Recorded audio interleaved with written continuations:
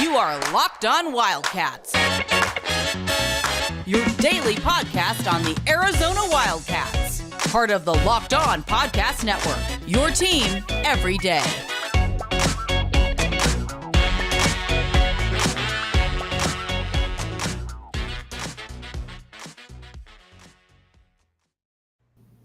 Thanks for making the Locked On Wildcats podcast your first listen of the day. Being that it is 3:40, we appreciate your steady hand and your stick-to-itiveness. With John Schuster, I'm merely Mike Luke. John Schuster, who's been out of town but is back. Hello, John Schuster. Hello, Mike Luke. Yes, now that I am back into town, we don't need to tell everybody that I am going out of town because I am back into town and with the immense amount of valuables that I clearly possess, like this impressive Columbo print in the background, now I know that it is safe again so that we can say, hey, it's nice to be back. How are you, Mike Luke? Hope things are going well.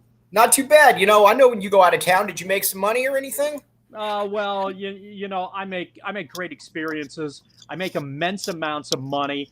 Nobody travels with a profit margin as well as I do. There are never any glitches in any of the potential plans that I put into place. Nor would we expect there to be glitches. Nothing but smooth sailing. It's kind of like the boredom of watching, the Phoenix Suns in the playoffs. You just know it's going to be smooth sailing the whole time. Never any rough waves. Never any concerns. It's almost boring how pedestrian it ultimately all is. All right, so let's talk about the Phoenix Suns. That was maybe the most wretched performance that I've seen let's be honest, in a Game 7 at home that you can possibly, that you could even possibly come up with. You and I were talking about it afterwards, but you talk about a group of guys that, we're good. We're good. There was no hustle. There was no nothing. Forget the fact they couldn't make anything. It didn't even look like they wanted to be there. Yeah, it was weird. And I think you're not the only one who feels that way. I think pretty much everybody who's analyzed that game is trying to work into their memory banks of instances that were comparable, and they're having a hard time finding them. It was from a sports adjective standpoint, it was a catastrophic disaster, which for a franchise that has had its share of issues, and that's what happens when you haven't won a title. This one is going to be remembered for a long time, and there are a lot of things about it that are perplexing. And I think the dramatic destruction of what occurred is one of those head scratchers. The other is, the numerous issues. When you get into the why, there are so many potential whys, but none of it really makes sense. And when none of it adds up as well as it should, that's when you start to try to figure out what's going on, and it kind of perplexes you a little bit. And I think, the Suns fall under a category of just being very perplexing right now. Let's talk about the Suns. I can generally find a new Phoenix Suns fan, not generally by the freshly minted Chris Paul or DeAndre Ayton jersey, but by the ones that think that they have championships in the bag, the ones that they think that success will just rain upon them. That does not happen to the Phoenix Suns. Even when you think it will, something will happen. Now, in the past, I could always come up with some reason as to why it didn't happen. 1993, Cedric Ceballos, Richard Dumas, two guys who certainly could have helped against the Chicago Bulls, not really able to play. 2007, we all know about the Steve Nash, Amari Stoudemire situation. This one, but those were embarrassing situations. What you watched last night was just embarrassing. It was humiliating on a multitude of different levels, John Schuster. And the fact that it was a multitude of different levels makes it odd. Even last year, the Suns obviously advanced further and then had the collapse late in the Milwaukee series, which has become a pattern, as we're well aware. One of the storylines that it's being discussed today is that Chris Paul has now been involved in 5 playoff series where his teams have had 2-0 leads and they've lost. That happened last year in the finals, and it obviously concluded yesterday/Sunday as well. But you can't use the excuse that anybody was hurt. Last year, you could say Paul had a bad hand, and that contributed toward things working against them. But the Suns were healthy. The Suns had the best overall record. The Suns were up 2-0 and 3-2 in this series and had home court advantage in Game 7.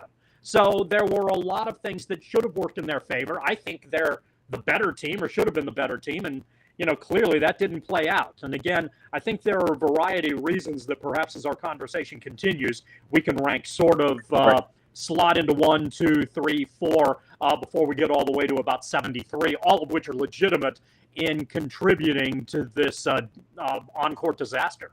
One thing that is very legitimate, though, is the Get Upside app. Now, gas prices are incredibly expensive. We all know that. Go to the gas pumps right now and use promo word SCORE, because we are a college, not a professional network right there, and get 25 cents off your next free fill up. All right, we'll be right back.